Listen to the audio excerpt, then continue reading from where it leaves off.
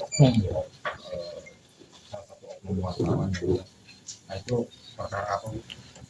Ya, betul sekali. Pada hari kemarin saya membuat laporan di Polres Sumedang terkait dengan dugaan pencemaran nama baik terhadap saya di media sosial.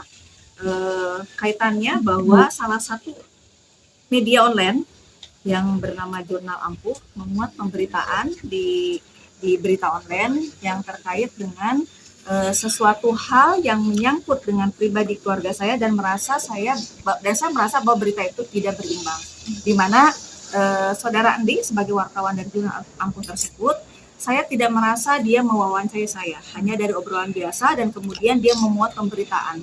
Awal mulanya pada tanggal 15 Desember dia datang ke rumah saya, kemudian menanyakan apakah 2 hari yang lalu saya mendengar kabar ada peristiwa penganiayaan yang dilakukan oleh anak ibu.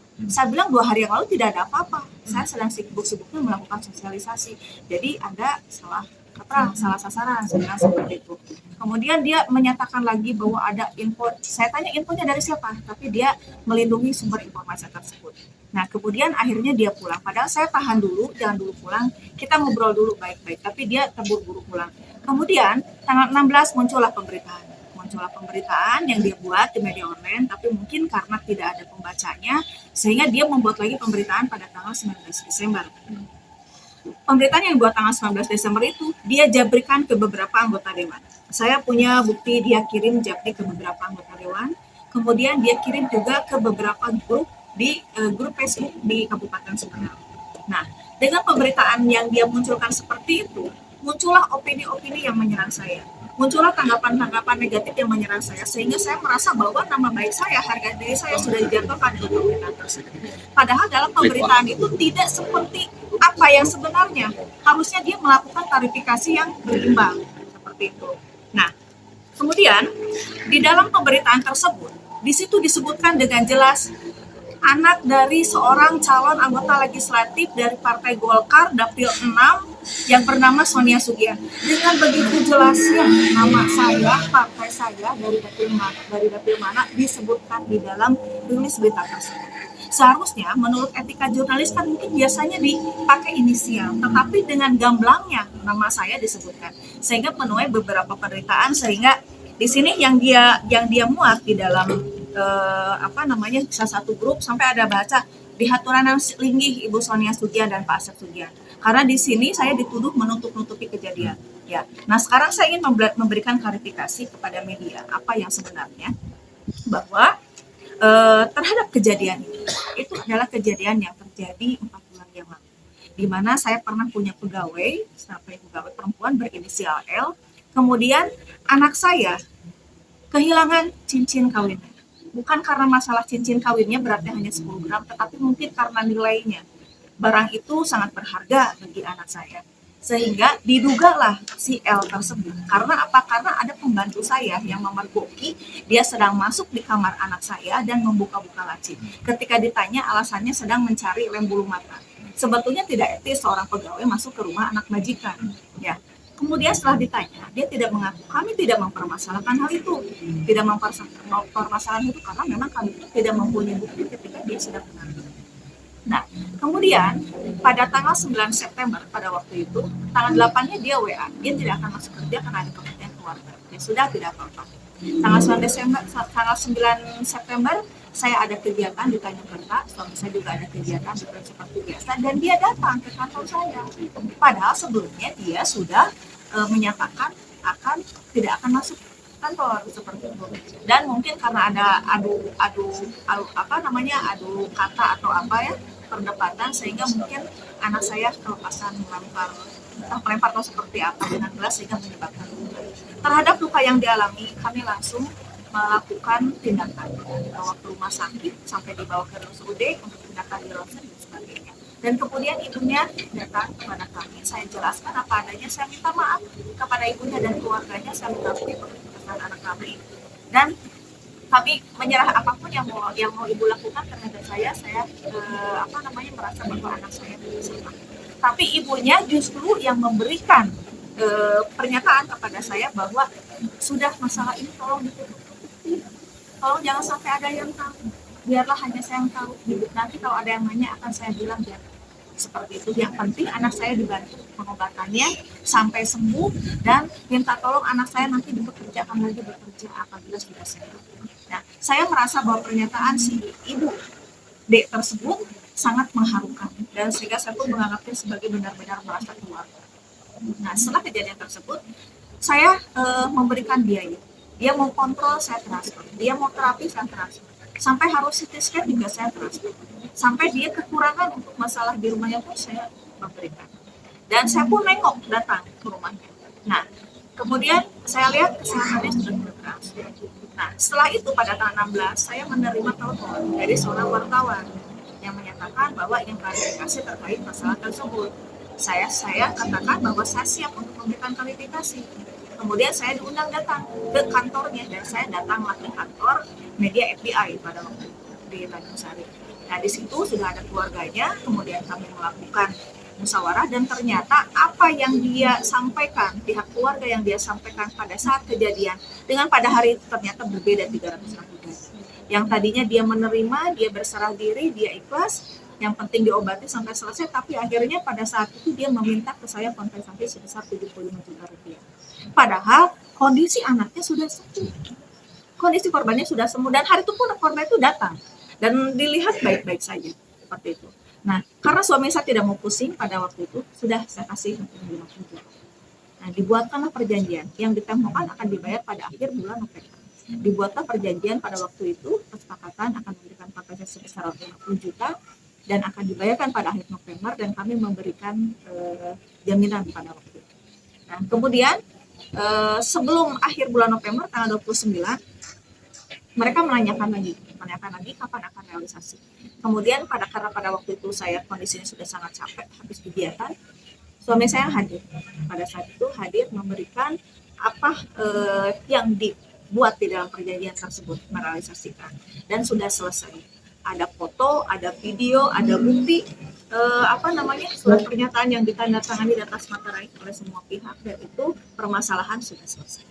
Nah, itu kejadian adalah bulan November 29 November 2023.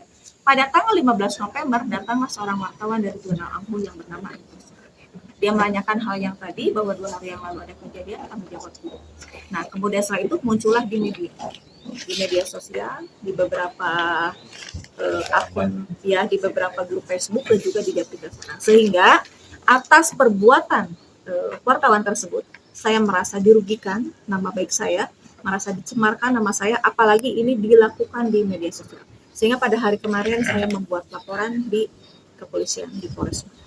Mungkin itu saja. Jadi kepada yang pernah berkomentar bahwa di Haturanan Linggih Bu Sonia kemudian kenapa menutup-nutupi, ini fakta yang sebenarnya. Kenapa saya tidak pernah bicara di media? Karena saya pikir ini adalah bukan sesuatu hal yang memang harus di-open-barkan. Ini adalah masalah keluarga biasa. Nah, jadi saya bukan menutup-nutupi dan permasalahan ini sudah selesai. Yang saya sesalkan di dalam rilis berita itu sama sekali saya rasa itu sangat jauh dengan produk jurnalis. Ya, karena di situ pertama, kalau yang menjadi pelaku adalah anak saya sudah dewasa, anak saya sudah berumah tangga, kenapa tidak anak saya saja yang dikedepankan? Kenapa dia selalu mengaitkan anak caleg DPRD Kabupaten Sumedang dari Partai Golkar Sonia Sugiar? Itu yang saya merasa dirugikan. Nah, kenapa tidak anak saya saja secara langsung? Silakan, kalau itu perbuatannya, saya pun tahu anak saya tidak akan menutupi. Tetapi ini sengaja menyerang saya. Ditambah lagi sekarang ketahuan bahwa si inisial D itu ternyata adalah pendukung caleg yang lain. Yang tadinya dia bilang pendukung saya, nah jadi saya pernah bilang bahwa harus bijak atau harus selektif dalam membuat pemberitaan karena ini adalah tahun politik. Jangan sampai permasalahan itu dibesar-besarkan atau digoreng yang ujung-ujungnya adalah pendidikan saya dan sekarang sudah terkuak faktanya seperti apa. Jadi itu klarifikasi yang ingin saya sampaikan ke media. Apabila di grup Aku Cinta Sumedang atau di grup Media Orang Sumedang mempertanyakan kenapa Sonia menutup-nutupi, saya tidak merasa menutup-nutupi. Itu memang betul kejadian apa adanya dan itu sudah selesai. Ya, jadi saya mohon para wartawan bisa memberikan pemberitaan itu dengan seimbang, tidak hanya sepihak sehingga tidak merugikan orang lain seperti yang saya alami sekarang ini. Bu, kemarin dari hasil dari Polres sendiri seperti apa laporan? Dari Polres sendiri kemarin setelah saya kemukakan bukti-bukti yang saya miliki, malah saya sampai datang ke Dewan Pers. Saya berkonsultasi karena ini menyangkut dengan produk jurnalistik. Saya sampaikan dengan bukti-bukti ini bahwa keluhan saya seperti ini, dan alhamdulillah dari pihak Polres dia melayani dengan baik dan dia langsung menerima laporan atau pengaduan kami. Dan untuk selanjutnya mungkin ini akan dilakukan dulu gelar perkara di internal Polres, dan selanjutnya mungkin akan berproses menurut dengan prosedur yang. Bu, tadi kan Ibu menyebut ini semua permasalahan, terus masalah kompensasi ini udah selesai dengan pihak keluarga, anggap saja korban ini. Ini kembali mencuat, apakah memang Ibu menyikapinya ini hanya serangan politik atau gimana? Ya, saya menyikapinya. Boleh Bu? Oh ya, Saya silakan. menjawab. Pertama, saya selaku bapak dari yang diduga melakukan tindak pidana penganiayaan. Saya bapak kandung saudara Gilang. Saya yang memutuskan daripada berurusan lebih baik ya udah saya itu keinginan dari pihak korban sebanyak 50 juta. Walaupun pada saat itu istri saya ya kalau mau diproses ya enggak. Nah, cuman mengingat tidak ada baiknya lah, jumlah uang segitu tidak jadi masalah, tidak akan jadi miskin kalau buat pribadi saya dan keluarga saya.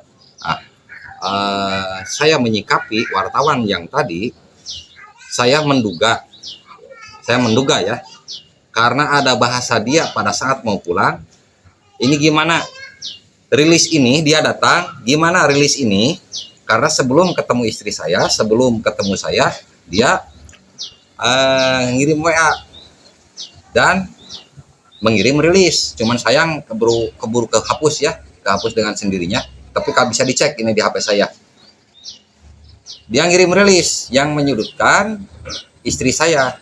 Nah, saya nanggapinya ya udah, kalau mau datang aja. Dia datang, dia menanyakan ini gimana, mau dimuat atau bagaimana. Nah, makanya ini sudah ada dugaan mau memeras saya, sehingga saya bilang ya mangga, kalau dimuat aja, asal jangan tendensius terhadap istri saya, asal dibuka kejadian, pada saat kejadian, pasca kejadian, itu tolong dimuat. Itu yang tidak dimuat oleh beliau. Kalau dia saudara Endi betul-betul jurnalis, kenapa pada saat sebelum kejadian apa penyebabnya anak saudara Asep bukan memukul sebetulnya. Setelah saya tanyakan sama saksi, anak saya lagi minum kopi, saudara Lilis datang mau disiram pakai kopi karena dia nyangkut dengan cucu saya yang sedang dikandung. Seorang ayah yang baru mau pertama memiliki anak, udah kehilangan cincin nikahnya, si terduga malah ngomong yang nggak enak, mau disiram, lepas ininya, kenalah ke kepala si Elis. Nah, itu permasalahan itu kan udah jadi. Tapi kalau betul saudara ini mau memuat berita, harusnya kenapa penyebabnya? Kan ada sebab akibat. Sebabnya diduga mencuri. Berdasarkan saksi, si korban itu masuk ke kamar tanpa izin. Bilang ke asisten rumah tangga, sudah izin non-pira padahal tidak ada izin. Itu, kenapa itu tidak dimuat? Terus, terjadilah penganiayaan. Kenapa pada saat pengobatan yang dilakukan oleh pihak keluarga kami, yang nyangkut dengan pembiayaan, nyampe sembuh itu tidak dimuat. Kenapa tidak dimuat? Masalah kompensasi. Setelah sembuh dia meminta kompensasi, dan saya menyepakati sebanyak 50 juta rupiah. Kenapa itu tidak dimuat? Itu yang saya sesalkan. Kalau emang dia benar-benar jurnalis, mau memuat kejadian berapa 4 bulan yang lalu, maka itu silahkan hak jurnalis. Akan tetapi cara memuatnya tolong awal kejadian, pada saat kejadian, setelah kejadian, karena ini bukan kejadian yang baru-baru. Ini kejadian kurang lebih, bukan kalau kurang sehingga ya Bu ya, ini kejadian 4 bulan yang lalu. Nah sekarang muncul dia beritakan baru-baru ini. Jadi apa motifnya? Mungkin silahkan masyarakat, insan pers yang benar-benar jurnalis yang menilai. Dan saya juga ada bukti transfer. Dikira saya tidak ada upaya menyelesaikan, saya berupaya menyelesaikan. Termasuk saya titip transfer ke Nono N. Mujianto, ada bukti transfernya. Ada bukti sebanyak 15 juta. Nah, itu yang 15 itu juta. kenapa tidak dimuat? Itikat baik kami dari keluarga kami kenapa tidak dimuat? Dan kenapa saudara Nono Mujianto ini, dia itu selaku penanggung jawab. Setelah saya tahu saudara Endi itu dia bekerja sebagai wartawan di media Ampuh, dan penanggung jawabnya itu masih saudara Nono. Itu silahkan anda yang menjabarkan. Nah itu soal yang 15 juta itu Mujianto yang meminta apa Allah yang menyodorkan? Kalau itu kita mengerti dia yang memfasilitasi. Mas, saya tap ke rekening Mas 15 juta. Oke, mangga silakan. Saya transfer. Ya dalam hal ini mungkin ya mohon maaf karena saya juga bukan, makanya saya sama Cindy, kalau kamu jurnalis, kalau kamu wartawan, kenapa nggak kenal saya? Saya baru kenal, baru ngelihat Anda. Saya bilang gitu sama saudara ini. Coba lihat KTA-nya, dia menunjukkan KTA dan dipoto. Ternyata setelah di screenshot, di zoom, itu penanggung jawabnya saudara N. Mujianto. Oh jadi sudah mulai kelihatan. Jadi mereka diduga bekerja sama ya. Sukong. Silahkan. Itu media yang menjabarkan, masyarakat yang menjabarkan. Pada prinsipnya, saya selaku kepala keluarga di rumah ini, anak saya yang sudah menikah, sudah punya rumah sendiri di beda desa, tapi kita juga tidak tinggal diam karena merasa itu perilaku anak saya. Kita sudah berusaha untuk semaksimal mungkin. Jadi kita tidak bisa menutup-nutupi karena ini menyangkut aib, terutama bukan bagi keluarga saya. Bagi keluarga korban, kalau saya beberkan apa adanya, kan ini menyangkut aib. Apa sebabnya anak saya melakukan kekerasan? Karena dia mencuri, diduga mencuri berdasarkan saksi. Buktinya cincin nikah hilang. Kenapa dia datang? Saya menduga karena anak saya mengancam kepada saudara Lilis, kalau nggak datang sekarang saya mau lapor ke polisi. Sehingga saudara Lilis datang ke sini tanpa seizin saya, tanpa pengetahuan istri saya. Dia datang ke sini tanpa seizin, bahkan bisa dibilang mengelabui mungkin ya. Dia sama saya minta izin mau istirahat, sama saya nge-WA, sama ibu nge-WA. Pada saat kami tidak ada di tempat di rumah, dia datang sengaja memancing kemarahan anak saya. Mungkin itulah yang mau saya sampaikan. Selanjutnya saya mohon sama rekan-rekan media tolong dimuat. Jangan, mau diklarifikasi dulu ke pihak korban, ke pihak terkait, mangga silakan, itu hak media. Kita tidak akan menutup-nutupi. Cuman kalau dibilang Asep menutup-nutupi, keluarga Asep menutup-nutupi, tolong sama yang bikin statement seperti itu, kita tidak berusaha menutup-nutupi. Anda menuduh, saya maafkan. Yang berdosa yang bikin berita Cindy, karena dia membuat berita. Dalam membuat berita tidak seutuhnya kejadian. Wajar kalau kepada yang berkomentar di Facebook kurang baik terhadap istri saya nyatakan saya maafkan. Saya nyatakan saya maafkan karena mereka tidak tahu kejadian yang sebenarnya. Oleh sebab itu, sekarang saya buka kejadian yang sebenarnya. Mungkin Ya, itu. Bu, terkait yang laporan ke Polres, dugaan apa yang disangkakan ke Mujianto? Ya Bu, terus ini Bu, tanggapan dari Dewan Pers sendiri seperti apa? Terus berapa orang yang Ibu laporkan dan delik apa Bu yang ini kan? Kalau tanggapan dari Dewan Pers, yang pertama dia menerima pengaduan dari pihak kami. Yang pertama saya menanyakan bahwa apakah FBI dan jurnal Ampul itu terverifikasi dan terdaftar di Dewan Pers. Ternyata jawabannya adalah tidak. Kemudian terkait dengan bukti-bukti yang saya bawa, ada hal-hal yang menyangkut dengan pencemaran nama baik, ada nilai uang dan sebagainya, itu bukan ranah kami. Itu adalah ranahnya kepolisian. Jadi ranah kami adalah hasil karya jurnalis. Kami akan melakukan kajian apakah itu melupakan produk karya jurnalis atau bukan dapat atau ada penilaian, maka Dewan Pers akan melakukan teguran dan tindakan. Itu dari pihak dari pihak Dewan Pers. Kemudian telekonferensi ini juga jumpa pers ini juga saya lakukan sebagai hak jawab saya atas pemberitaan yang muncul di media bahwa saya dinyatakan menutupi, kemudian Seolah-olah kita tidak bertanggung jawab. Ini adalah hak jawab yang saya berikan.